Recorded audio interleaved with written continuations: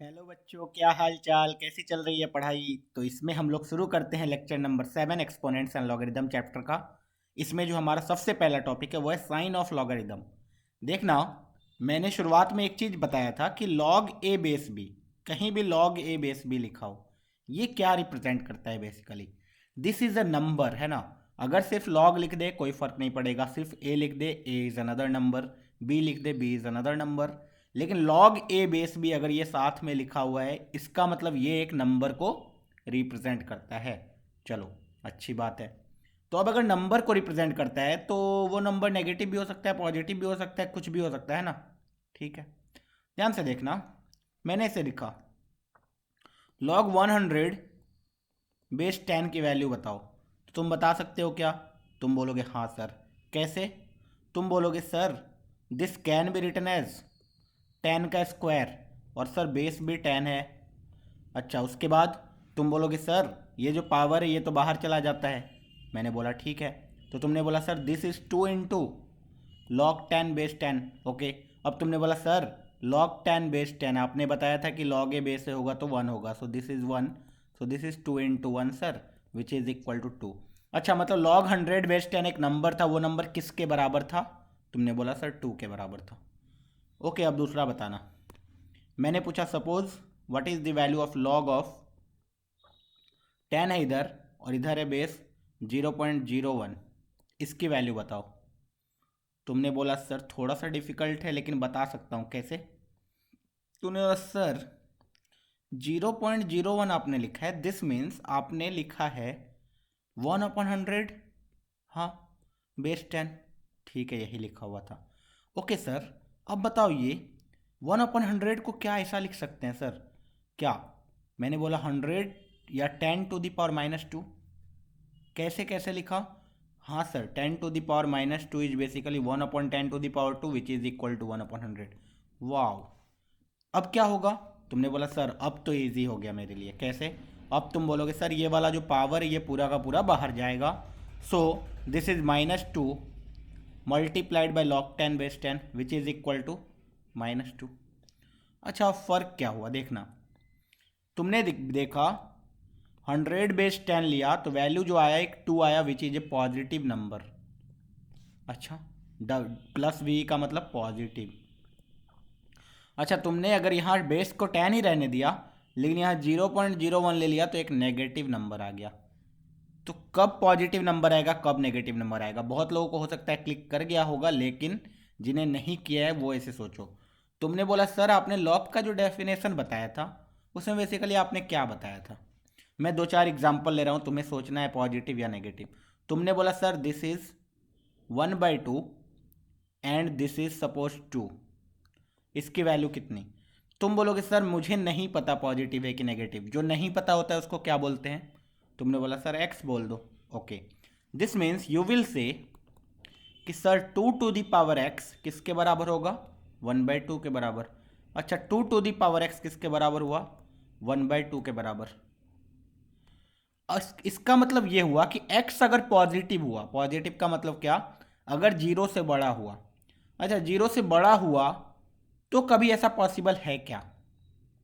Zero से बड़ा हुआ तो कभी ऐसा पॉसिबल है क्या? तुम बोलोगे नो सर, जीरो से बड़ा हुआ दिस मीन्स ये वाली चीज़ 1 से बड़ा, क्योंकि 2⁻0 मिनिमम वैल्यू कितना होगा? 1। और जीरो से बड़ा पावर ले लोगे तो वो तो हमेशा वैल्यू बढ़ता जाएगा, तो 1 से तो बड़ा ही आएगा। अच्छा, लेकिन मुझे सर वैल्यू चाहिए 1 से छोटी। 2 समथिंग 1 से छोटा होना चाहिए। ये सर तभी पॉसिबल है जब x की वैल्यू एक नेगेटिव नंबर हो। ऐसे कैसे?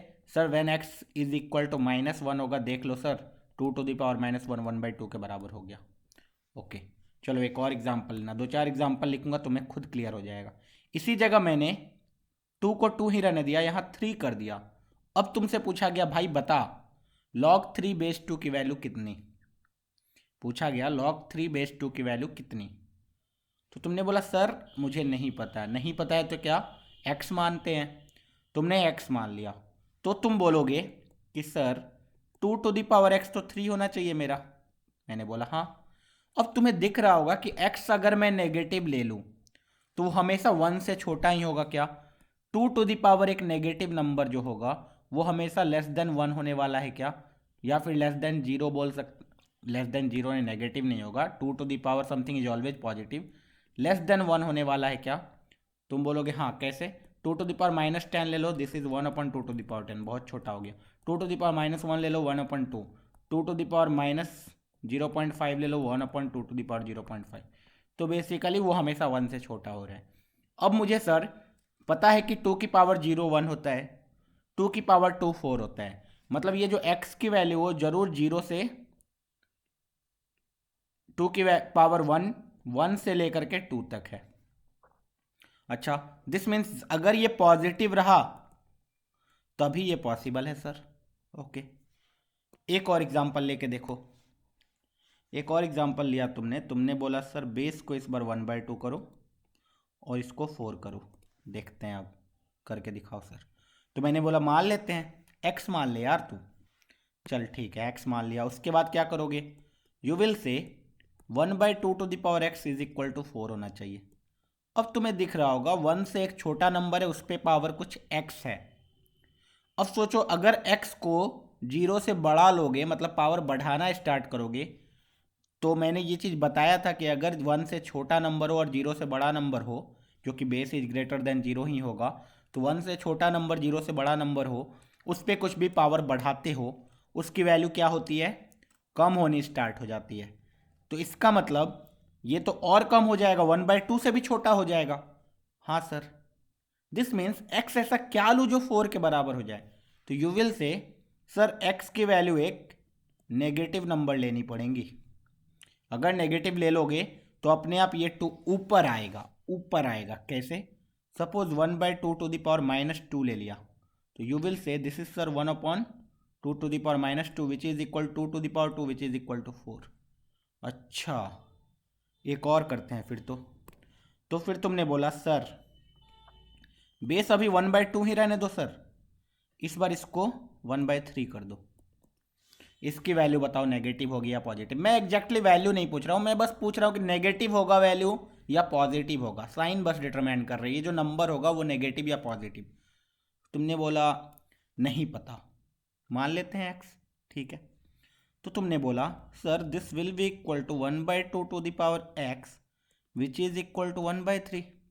हाँ, तो तुमने बोला sir this is basically 1/2 to the power x is equal to 1/3। हाँ, क्रॉस मल्टीप्लाई करूँ सर, बोलेंगे कर ले, तो तू बोलेगा 2 to the power x is equal to 3। Okay sir, अब मुझे दिखा x अगर मैं 0 लेता हूँ तो 1 वैल्यू आती है, x अगर मैं 2 लेता हूँ तो वैल्यू 2 आती है, x अगर 3 लेता हूँ 2 लेता हूँ तो वैल्यू 4 आती है। ओके, दिस मीन्स x की वैल्यू क्या होनी चाहिए, एक पॉजिटिव नंबर होना चाहिए, तभी ये पॉसिबल है। मैंने 4 एग्जाम्पल्स लिए, मुझे ऑलरेडी पता है कि बेस क्या होना चाहिए, हमेशा 0 से बड़ा होना चाहिए, आर्ग्यूमेंट क्या होना चाहिए, 0 से बड़ा होना चाहिए। अच्छा, मैंने बार बार क्या लिया देखना, पहले एग्जाम्पल में मैंने 1 के आसपास में, देखो 1 से आसपास में मतलब क्या है, मैंने आर्ग्यूमेंट को 1 से बड़ा लिया है, छोटा लिया है, और बेस को 1 से बड़ा लिया है। दोनों 1 के, एक 1 के लेफ्ट साइड में है, एक 1 के राइट साइड में है। ओके, तो वैल्यू कैसी आई, तुमने बोला नेगेटिव आई। नेक्स्ट एग्जांपल ना, देखना ध्यान से, इस बार मैंने आर्गुमेंट भी 1 से बढ़ा लिया, बेस भी 1 से बढ़ा लिया, दोनों के दोनों 1 से बढ़ा लिया, तो वैल्यू कैसी आई थी, पॉजिटिव। वाओ, इस एग्जांपल में मैंने आर्गुमेंट को 1 से बढ़ा लिया लेकिन बेस को 1 से छोटा ले लिया, फिर से वैल्यू कैसी आ गई, नेगेटिव। अच्छा, फोर्थ एग्जांपल में मैंने दोनों को 1 से छोटा ले लिया, फिर से वैल्यू कैसी आ गई, पॉजिटिव। दिस मीन्स अगर दोनों number argument as well as base दोनों के दोनों 1 से बड़े या फिर 1 से छोटे हो तो वैल्यू कैसी हो जाएगी, positive. For example, example number 4 ये वाला एंड ये वाला, दोनों में मैंने 1 के एक ही साइड में नंबर्स लिए थे, दोनों इस एग्जाम्पल में दोनों के दोनों बड़े थे, इस एग्जाम्पल में दोनों के दोनों छोटे थे, दोनों में वैल्यू पॉजिटिव आई। लेकिन बाकी के दो एग्जाम्पल में मैंने एक नंबर आर्गुमेंट या बेस में से कोई एक 1 से बड़ा लिया था और कोई एक 1 से छोटा लिया था, मतलब 1 के इर्द गिर्द में ले लिया, लेफ्ट एंड राइट में। तो जब ऐसा सिचुएशन होगा तो वैल्यू कैसी आएगी लॉग की? नेगेटिव। इसको याद रख लेना है अब, ठीक है। Let's write this. तो तुमने बोला कि log a base b will be positive if, बस मैं ये बोल रहा हूं log a base b positive होगा if both a and b are on same side of one. Same side of one का मतलब क्या होता है? या तो इधर both are greater than one और both are less than one. दोनों के दोनों या तो वन से बड़े हो जाएं या फिर दोनों के दोनों वन से छोटे हो जाएं। अपने आप वो क्या हो जाएगा? log a बेस भी पॉजिटिव हो जाएगा। एल्स ऐसा भी लिख सकते हैं log a base B will be negative. बता भाई कब नेगेटिव होगा?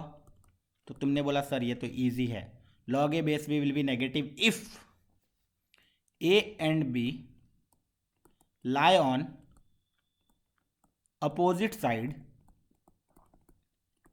Of one. मतलब एक वन से बड़ा एक वन से छोटा, कोई भी किससे बड़ा कोई भी किससे छोटा हो सकता है। मतलब इधर you can take argument greater than one and base less than one, और you can take base greater than one and argument less than one. ठीक है, तो दोनों में से कुछ भी चलेगा, दोनों केस में वैल्यू नेगेटिव आएगी। ओके, अगर ये समझ में आ जाता है तुम लोगों को तो मैं बहुत सारे एग्जाम्पल देता हूं, तुम्हें बस बताना है पॉजिटिव। पॉजिटिव मतलब प्लस, नेगेटिव मतलब माइनस, बस तुम्हें साइन बताना है लॉग का। ठीक है, मैंने बोला लॉग 100 बेस 5 वैल्यू कितनी, तो तुम बोलोगे sir this is greater than 0 that is positive. Okay, क्यों? क्योंकि sir argument as well as base दोनों के दोनों 1 से बड़े हैं। अच्छा, मैंने बोला सपोज 1/10 एंड बेस 5। अब बता, तुमने बोला sir this is negative less than 0। क्यों? क्योंकि सर आर्गुमेंट 1 से छोटा है एंड बेस 1 से बड़ा है, दोनों 1 के अपोजिट साइड में आ गए सर। ओके, एक और एग्जांपल ले ले। तुमने बोला 1/8 एंड बेस इज 1/5। बता भाई पॉजिटिव या नेगेटिव? तुम बोलोगे सर पॉजिटिव। क्यों? तुमने बोला सर 1/8 भी 1 से छोटा है, 1/5 भी 1 से छोटा है, दोनों 1 के एक ही साइड में है, इसलिए साइन पॉजिटिव। ओके, एक और एग्जांपल ले ले फिर। मैंने बोला log ऑफ 0.00000000001 एंड बेस है 5। बता, तुमने बोला सर क्या बात कर रहे हो, ये तो नेगेटिव है। कैसे? तुमने बोला सर आर्गुमेंट 1 से छोटा है, ये 1 से बड़ा है, दोनों अलग अलग साइड में है, दिस मीन्स नेगेटिव नंबर आएगा। ओके, और भी एग्जांपल ले सकते हो। तुमने बोल दिया 10⁻⁻5 एंड यहाँ पे 5⁻⁻7। अब बता भाई नेगेटिव या पॉजिटिव? तो तुमने बोला सर पॉजिटिव। कैसे? या तो तुम m/n वाला रूल लगा के फर्दर सिंप्लीफाई करके भी बोल सकते हो, डेट इज मैंने बोला you can write this as a⁻m b⁻n, तो -5/-7 इंटू log 10 बेस 5 से भी बोल सकते हो। ये एक पॉजिटिव नंबर है, ये भी एक पॉजिटिव नंबर है, क्योंकि दोनों के दोनों ग्रेटर देन 1 है, तो एक पॉजिटिव नंबर का प्रोडक्ट दूसरे पॉजिटिव नंबर के साथ पॉजिटिव नंबर ही आएगा।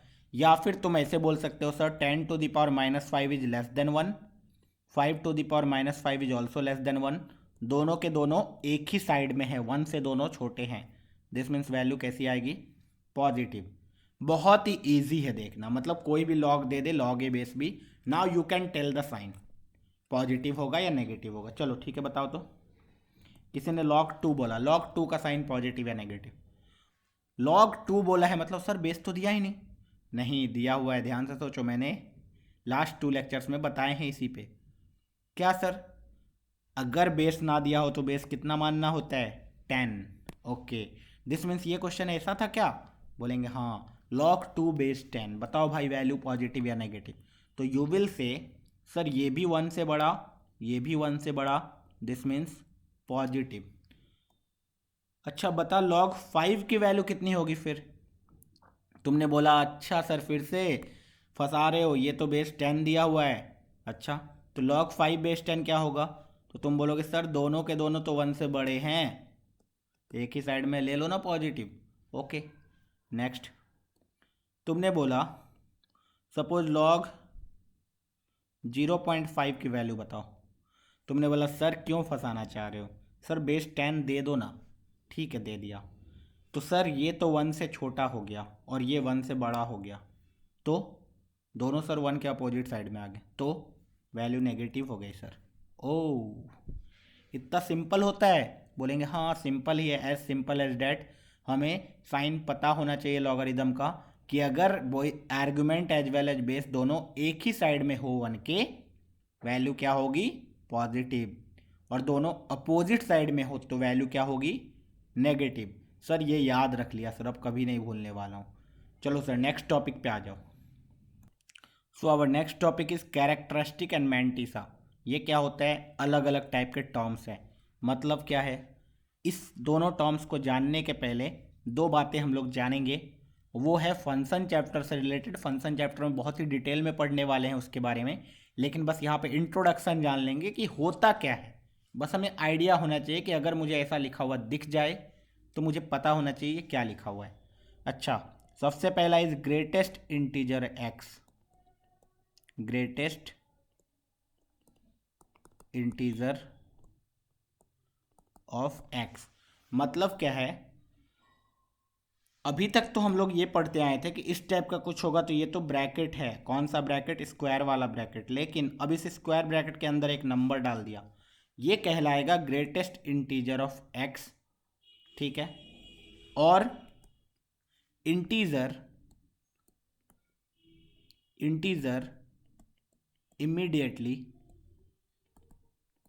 Immediately left to X. ठीक है, ये जो ग्रेटेस्ट इंटीजर लिखा हुआ है इसका मतलब बहुत ही सिंपल है। कैसे?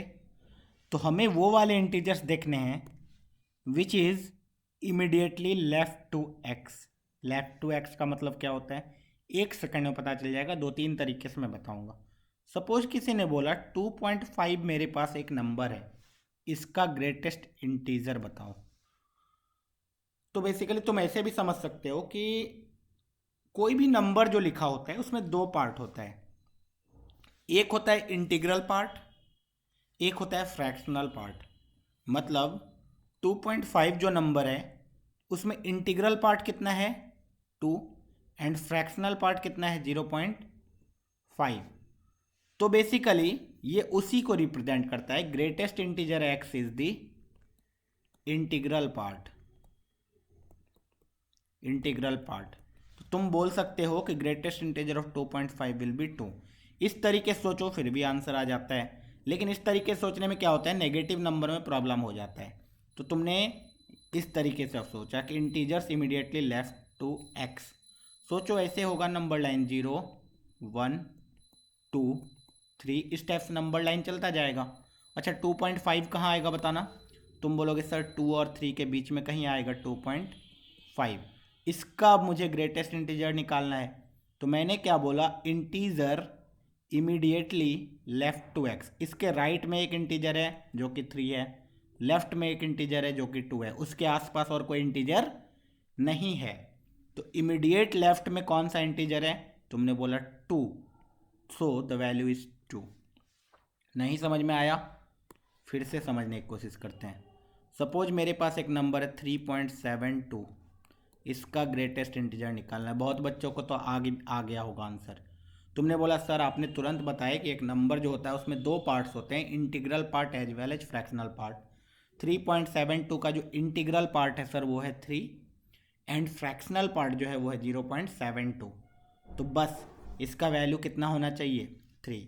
ऐसे नहीं समझ में आता है तो ऐसे देखो, कहीं भी 1 होगा नंबर, एक 2 होगा, एक 3 होगा, एक 4 होगा, इस टाइप से नंबर लाइन अपना चलता है।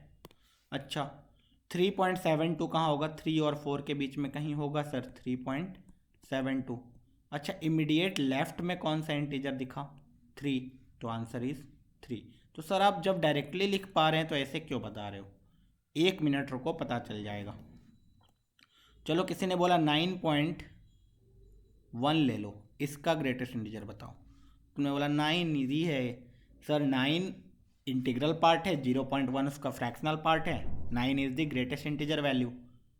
मैंने बोला ऐसे भी देख सकते हो, सोचो 7, 8, 9, 10 इस टाइप का नंबर लाइन जाता होगा, 9.1 कहीं इधर होगा, इसके जस्ट लेफ्ट में कौन सा इंटीजर 9, तो answer is 9। Okay, positive numbers लिया तब तो बहुत ही मज़ा आ रहा है। अच्छा और बता देना, एक ग्रेटेस्ट इंटीजर 0.79 का कितना होगा? तुम बोलोगे सर इसमें तो इंटीग्रल वैल्यू सिर्फ 0 है, फ्रैक्शनल वैल्यू कुछ है ही नहीं। फ्रैक्शनल वैल्यू 0.79, ये तो एक फ्रैक्शन ही है, सिर्फ इंटीजर कुछ है ही नहीं, कुछ है ही नहीं, मतलब इंटीग्रल 0। नहीं समझ में आया, कोई बात नहीं, 0, 1, 2 ऐसे लोगे, बोलेंगे हाँ 0.79 कहाँ आएगा, कहीं इधर। इसके जस्ट लेफ्ट में कौन सा इंटीजर दिखा? तुमने बोला सर 0, सो आंसर इज 0। कोई बात नहीं, चलो अब देखना, मिस्टेक होना यहाँ से स्टार्ट होता है। -2.37 लिख दिया मैंने, इसका इंटीग्रल पार्ट बताओ।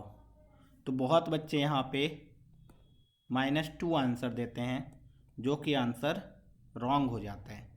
क्यों रॉन्ग हो जाता है?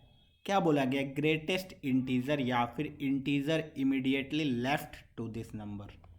मतलब अगर नंबर लाइन बनाओगे, नंबर लाइन तुमने ड्रॉ किया, ठीक है, तुम्हें दिखा दिस इज -3, दिस इज -2, इधर कहीं -4, -1, 0, 1, 2 ऐसा नंबर लाइन चलता है क्या? बोलेंगे हाँ सर। अच्छा बता भाई पहले, -2.37 होगा किधर? तुमने बोला सर -2.37 इधर कहीं होगा, है ना। नेगेटिव नंबर इधर जाता है, पॉजिटिव नंबर इधर जाता है। ओके, अब बता इस नंबर के इमीडिएट लेफ्ट में कौन सा इंटीजर है? तुमने बोला -3 है सर, तो वैल्यू -2 कैसे लिख सकते हो? नहीं लिख सकते हो ना। बोला नो, तो आंसर कितना होना चाहिए? -3 होना चाहिए। सिंपल है, बहुत सिंपल है, आसानी से समझ में आ गया होगा। नहीं समझ में आया तो एक और एग्जांपल लेते हैं। सपोज मैंने बोला -7.82, इसका ग्रेटेस्ट इंटीजर बता के दिखा। तो बहुत बच्चे -7 अभी भी बोलेंगे, गलती कर रहे हैं अगर तो बार बार ये गलती नहीं करने का, -8 आंसर होगा। जो समझ चुके हैं उनके लिए बहुत ही बढ़िया। देखना इस टाइप से चलेगा क्या? हाँ। अच्छा -7.82 कहाँ होगा? इधर कहीं होगा क्या? -7.82 बोलोगे हाँ। इसके जस्ट लेफ्ट में कौन सा इंटीजर है? -8, तो answer is -8। Okay, so negative number में प्रॉब्लम हो जाता है थोड़ा। क्या प्रॉब्लम? जो इंटीजर दिखता है वो इंटीजर नहीं है, बेसिकली उसके जस्ट लेफ्ट वाला है। मतलब अगर मैं पूछ दूँ -5.37 बताओ, -5.37 का इंटीग्रल पार्ट बताओ, तुम बोलोगे -6, ना कि -5। ओके, सिंपल है। तो मुझे इससे ये पता चला कि मैं किसी भी चीज़ का integral part, that is greatest integral value, निकाल सकता हूँ। और एक बात बताना था, फ्रैक्शनल पार्ट मैंने अभी तुरंत बताया ना। कोई भी जो नंबर होता है, कोई भी जो नंबर होता है, उसमें दो पार्ट होता है। एक होता है इंटीग्रल वैल्यू और एक होता है फ्रैक्शनल वैल्यू। अच्छा वो नंबर अगर पूरा का पूरा इंटीजर ही हो जाए, मतलब अभी ये वाला तो एग्जांपल लिया ही नहीं, 2 का ग्रेटेस्ट इंटीजर कितना होगा? तुमने बोला सर 2 तो खुद एक इंटीजर है, उसका भी इंटीग्रल वैल्यू क्या? वो तो 2 ही होना चाहिए। अच्छा 5 का इंटीग्रल वैल्यू कितना होगा? तुमने बोला सर 5 तो ऑलरेडी एक इंटीजर है, उसका भी इंटीग्रल वैल्यू 5 ही होगा। अच्छा -5 का अगर इंटीग्रल वैल्यू दो तो -6 नहीं बोल देने का, -5 भी एक इंटीजर है, तो वैल्यू कितना? -5 ही होगा। अच्छा -9 बोल दूँ तो -9 ही होगा। अच्छा तो तुमने बोला ठीक है, integral value plus fractional value आ गया। तो इंटीग्रल पार्ट को तो ऐसे रिप्रेजेंट करते हैं, ग्रेटेस्ट इंटीजर ऑफ एक्स। मतलब कोई भी नंबर अगर एक्स है तो ये हो गया उसका greatest integer of x. And fractional value को ऐसे कर्ली ब्रैकेट से रिप्रेजेंट करते हैं, ठीक है। This is fractional part of x, fractional part of x. तो अभी तुरंत हमने क्या निकालने सीखा? हमने ग्रेटेस्ट इंटीजर वैल्यू निकालने सीखा। नंबर तो ऑलरेडी गिवन होगा हमारे पास, ये निकालने हमें ऑलरेडी आता है। अब बताओ ये आ गया, ये आ गया, तो क्या ये पता चल जाएगा? बोलोगे हाँ। कैसे? तुम बोलोगे sir fractional part x will be x minus greatest integer value. Okay, निकाल के बताओ एक दो का। तुमने बोला बहुत इजी सर, 2.37 का ग्रेटेस्ट इंटीजर पहले बता कितना? तुमने बोला सर 2। अच्छा 2.37 का फ्रैक्शनल पार्ट कितना? तो तुमने बोला 2.37 का फ्रैक्शनल पार्ट इज 2.37 माइनस इसका greatest integral part that is 2 which is equal to 0.37। Positive number में तो तुम डायरेक्टली बता सकते सर फ्रैक्शनल पार्ट इसमें 0.37 है। अच्छा 9.35 ले लूँ तो तुम बोलोगे 0.35 है। 9.7 ले लूँ तो तुम बोलोगे 0.7 है। ये सब तो इजी है, लेकिन नेगेटिव नंबर में प्रॉब्लम होता है, इसीलिए ये फॉर्मूला बता जा रहा है। सोचना, -2.6 ले लूँ इसका, तो बहुत बच्चे 0.6 बोल देते हैं या -0.6 बोल देते हैं। यही नहीं करना है, मुझे ग्रेटेस्ट इंटीजर इसका ऑलरेडी पता है। मैं बोलूँगा अगर मुझे इसका फ्रैक्शनल पार्ट निकालना है तो दिस इज -2.6 एक्स के जगह -2.6 माइनस इंटीग्रल पार्ट ऑफ -2.6, तो ये तो -2.6 ही रहा, लेकिन अभी तुरंत बताया कि माइनस ऑफ 2.6 का इंटीग्रल पार्ट विल बी -3। तो यहाँ से this is -2.6 plus 3 which is equal to 3 minus 2.6 and 3 minus 2.6 is 0.4। तो नेगेटिव नंबर का ऐसे निकालते हैं फ्रैक्शनल पार्ट। तो मुझे दो चीज़ पता चला, integral value and fractional value, दोनों के दोनों वैल्यू हमने याद रख लिया। अच्छा तो टॉपिक कौन सा स्टार्ट किया था हमने? Characteristic and mantissa. अब ये कैरेक्टरिस्टिक एंड मैंटिसा लॉग के लिए डिफाइंड होता है, ठीक है। लॉग के लिए जो डिफाइंड होता है तो बेसिकली ऐसा बोला जाता है, लॉग ए बेस भी कोई नंबर होगा, ठीक है, उस नंबर को एन बोल दो कुछ देर के लिए। चलो एन से रिप्रेजेंट नहीं करते मैथ्स में, क्योंकि एन लिख देते हो तो क्या हो जाता है, मैंने पहले लेक्चर में नंबर सिस्टम के बताया था कि अगर एन लिख देते हो तो वो लोग क्या मान लेते हैं, नेचुरल नंबर है। तो चलो इसको कुछ और से रिप्रेजेंट करते हैं। सपोज टी बोल दिया मैंने, टी कुछ भी बोल सकते हैं ना, कुछ भी टी बोल दिया, कोई भी ये नंबर आएगा उसको मैंने टी से रिप्रेजेंट कर दिया। तो मैं जिस दिन इस टी का इंटीग्रल पार्ट निकाल लूंगा, ग्रेटेस्ट इंटीजर निकाल लूंगा, वो उसका कैरेक्टरिस्टिक कहलाएगा। और जिस दिन इस टी का फ्रैक्शनल पार्ट निकाल लूंगा, ये इसका मैंटिसा कहलाएगा। अच्छा लॉग ए बेस भी कोई तो नंबर आएगा, हाँ नंबर आएगा, उस नंबर का अगर मैं इंटीग्रल पार्ट निकाल लूँ, ग्रेटेस्ट इंटीजर निकाल लूँ, वो उसका कैरेक्टरिस्टिक कहलाएगा। और उस नंबर का अगर मैं फ्रैक्शनल पार्ट निकाल लूँ तो वो उसका मैंटिसा कहलाएगा। बस यही बात याद रखना है। बोलेंगे हाँ this is only about characteristic and mantissa. मतलब तुम्हारे पास कोई भी लॉगरिदमिक वैल्यू दे दे तो तुम उसका ग्रेटेस्ट इंटीजर निकाल लोगे, वो उसका कैरेक्टरिस्टिक हो जाएगा, उसका फ्रैक्शनल पार्ट निकाल लोगे, वो उसका मैंटिसा हो जाएगा, ठीक है। As simple as that. Okay तो बताओ भाई, सर सारे लॉग की वैल्यू तो हमें पता नहीं होती है। मतलब आप अगर स्टैंडर्ड दे दोगे तब तो पता है, लेकिन सपोज किसी ने बोल दिया सर log 2 बेस 10, इसका तो वैल्यू ही नहीं पता है मुझे, उसका मैं कैरेक्टरिस्टिक एंड मैंटिसा कैसे निकालूंगा? अभी सिखाऊंगा। सबका कैरेक्टरिस्टिक एंड मैंटिसा निकालने सीखेंगे। तो सबसे पहले तो कैरेक्टरिस्टिक निकालने सीखते हैं, ठीक है। देखना कैरेक्टरिस्टिक ही निकाल पाएंगे डायरेक्टली, मैंटिसा तो हर किसी का हम लोग डायरेक्टली नहीं निकाल पाते हैं। पहले तो कैरेक्टरिस्टिक निकालने सीख लो।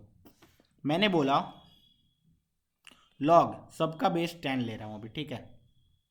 चलो तुम्हें बेस 10 लेने का मन नहीं है, तुम कुछ और, चलो 2 लेके देखो।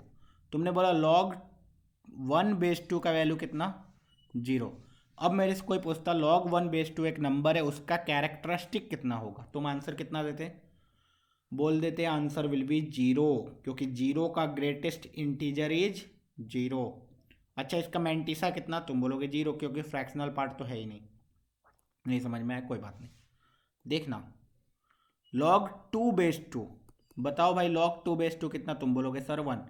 अच्छा अब मेरे से कोई पूछ ले लॉग 2/2 एक नंबर है, उसका कैरेक्टरिस्टिक कितना, तो तुमने बोला ये जो नंबर है इसका इंटीग्रल पार्ट कितना, तो 1 का इंटीग्रल पार्ट तो 1 ही होता है, तो तुमने बोला सर कैरेक्टरिस्टिक इसका 1 है।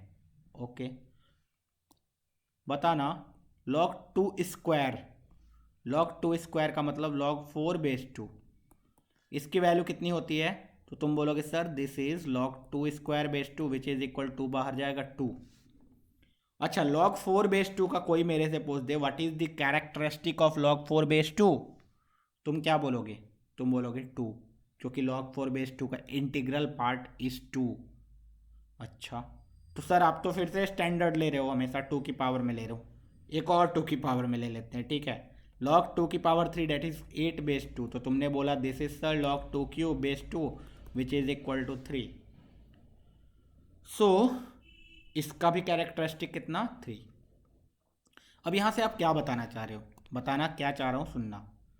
तुम्हें पता है कि log 4/2 का जो कैरेक्टरिस्टिक होगा वो 2 होगा, log 8/2 का जो कैरेक्टरिस्टिक होगा 3 होगा। अब बेस तो यहाँ पे 2 ही है, आर्गुमेंट के बारे में सोचो, यहाँ आर्गुमेंट कितना था 4 था, यहाँ आर्गुमेंट कितना था 8 था। सोचो 4 से 8 के बीच में मैं कोई भी नंबर ले लूँ आर्गुमेंट में, डेट इज log/2, यहाँ 4 से 8 के बीच में तुम्हें जो नंबर लेना है ले लो, सपोज तुमने बोल दिया 5, इसकी वैल्यू कितनी आएगी, तुमने बोला सर एग्जैक्टली तो नहीं बता सकते, लेकिन I can say that value 2 से 3 के बीच में आएगी सर। कैसे, क्योंकि तुमने बोला सर अगर ये x है तो 2 की पावर x इज 5, अब मुझे पता है सर 2 की पावर 2 4 होता है एंड 2 की पावर 3 8 होता है, तो 2 की पावर 2 पॉइंट समथिंग होगा तभी वो 5 के बराबर होगा। वही मैंने बोला कि इसकी जो वैल्यू होगी log 5/2 की वो 2 से बड़ा और 3 से छोटा, 2 पॉइंट समथिंग समथिंग समथिंग, वो समथिंग एग्जैक्टली कितना होगा मुझे नहीं पता है, लेकिन 2 पॉइंट समथिंग तो होगा। तुमने बोला हाँ सर log 5/2 की वैल्यू 2 पॉइंट समथिंग होगी। इसके बाद इसका कैरेक्टरिस्टिक मैंने पूछ लिया कि what is the characteristic of log 5/2, तो तुमने बोला कैरेक्टरिस्टिक ऑफ log 5/2, आपने बताया था कैरेक्टरिस्टिक किसी भी log a/b का क्या होता है, उसका इंटीग्रल पार्ट। अब मेरे पास log 5/2 की जो वैल्यू पता है वो है 2 पॉइंट समथिंग। अच्छा 2 पॉइंट समथिंग का मैं अगर इंटीग्रल पार्ट निकालो तो वो तो 2 के बराबर होगा सर। यस दिस मीन्स वही मैंने बोला कि अब 4 से 8 के बीच में कोई भी नंबर ले लो, बेस अगर 2 ही है तो उसका जो कैरेक्टरिस्टिक होगा वो 2 ही होगा। दिस मीन्स कैरेक्टरिस्टिक निकालना बहुत ईजी। नहीं समझ में आया, एक और एग्जांपल, किसी ने बोला log 15/2 का कैरेक्टरिस्टिक बता कितना होगा, तुमने बोला अगर मेरे पास log 16/2 होता तो दिस इज 4, तुमने बोला log 16/2 होता तो मेरा आंसर 4 आता, जस्ट 2 की पावर 4 में 16 आता है। अच्छा 2 की पावर 3 तो 8 आता है, log 8/2 होता तो आंसर 3 आता। मैंने बोला log 8/2 होता तो मेरा क्या आता वैल्यू 3, log 16/2 होता तो वैल्यू 4। अच्छा log 8/2 का वैल्यू 3 है, मतलब अब 8 से 16 के बीच में मैं सर कोई भी नंबर लूँ और उसका बेस 2 ही रखूँ तो इसका जो वैल्यू आएगा ये 3 से बड़ा एंड 4 से छोटा, 3 पॉइंट समथिंग आएगा। ठीक है 3 पॉइंट समथिंग जो नंबर आया उसका इंटीग्रल पार्ट कितना, तो तुमने बोला 3, तो कैरेक्टरिस्टिक कितना हो गया 3 हो गया। सिंपल सिंपल, ज़्यादा दिमाग नहीं लगाने का है। इसी तरीके से आप किसी भी बेस में ले लो, बेस 3 में ले लो। तुमने बोला सपोज log 7/3 का कैरेक्टरिस्टिक बता भाई, तुमने बोला सर मुझे पता है log 3/3 is 1, log 9/3 is 2, log 3/3 is 1, log 9/3 is 2, और मुझे सर पता है अब 3 से 9 के बीच में कोई भी वैल्यू लो और बेस 3 ही रखो, उसकी वैल्यू जो होगी 1 पॉइंट समथिंग आएगी सर। हाँ तो बेसिकली इसका जो कैरेक्टरिस्टिक होगा सर, कैरेक्टरिस्टिक 1 पॉइंट समथिंग का ग्रेटेस्ट इंटीजर जो कि 1 आएगा। ठीक है, एकदम 1। ओके, चलो नेक्स्ट कैरेक्टरिस्टिक निकालने हमें आ चुका है। अब कैरेक्टरिस्टिक कोई भी लॉग का निकाल सकते हैं, कैसे, सोच समझ के। अब चलो बेस 10 में अगर मैं लेके दिखाऊं, किसी ने बोला log 5 एंड किसी ने बोला log 11, किसी ने बोला log 27, सबका कैरेक्टरिस्टिक निकाल के बताओ। तुमने बोला सर मुझे पता है log 10 बेस 10 या log 1 बेस 10 होता तो ये वैल्यू 0, log 10 बेस 10 होता तो ये वैल्यू 1, एंड log 100 बेस 10 होता तो वैल्यू 2। अच्छा, तो सर 5 जो होता है log 5 बेस 10, ये 1 से 10 के बीच में, तो इसकी वैल्यू 0 पॉइंट समथिंग आएगी। दिस मीन्स उसका कैरेक्टरिस्टिक कितना हो जाएगा, तुमने बोला 0। और ये जो log 11 है, log 27 है, ये 10 से 100 के बीच में है सर। 10 से 100 के बीच में जितने भी नंबर्स आएंगे log बेस 10 का, उनका जो कैरेक्टरिस्टिक होगा वो कितना होगा, 1। ठीक है, सिंपल सिंपल, सोचो सोचो कितना आसान है ये। कैरेक्टरिस्टिक निकालना बहुत ही ईजी है हमारे लिए। ठीक है, तो अगर कैरेक्टरिस्टिक निकालने आ चुका है तो मैंटीसा हम लोग डायरेक्टली नहीं निकाल पाएंगे, लॉग टेबल पता होगा तभी निकाल सकते हैं। तो कैरेक्टरिस्टिक निकालने सीख गए हम लोग। आगे के जो क्वेश्चंस है, कुछ क्वेश्चंस करेंगे हम लोग कैरेक्टरिस्टिक पे बेस्ड, कि कैरेक्टरिस्टिक का यूज़ कैसे किया जाए। और उसके बाद हम लोग प्रीवियस ईयर सम क्वेश्चंस करेंगे, जेई मेंस में आया हुआ है जो लॉगरिदम में, या फिर आईआईटी में आया हुआ है जो लॉगरिदम में। उसके बाद ये चैप्टर ख़त्म हो जाएगा। दिस मीन्स इसके बाद जो अगला लेक्चर होगा वो लास्ट लेक्चर होगा इस चैप्टर का। चलो, ऑल द बेस्ट, पढ़ते रहो।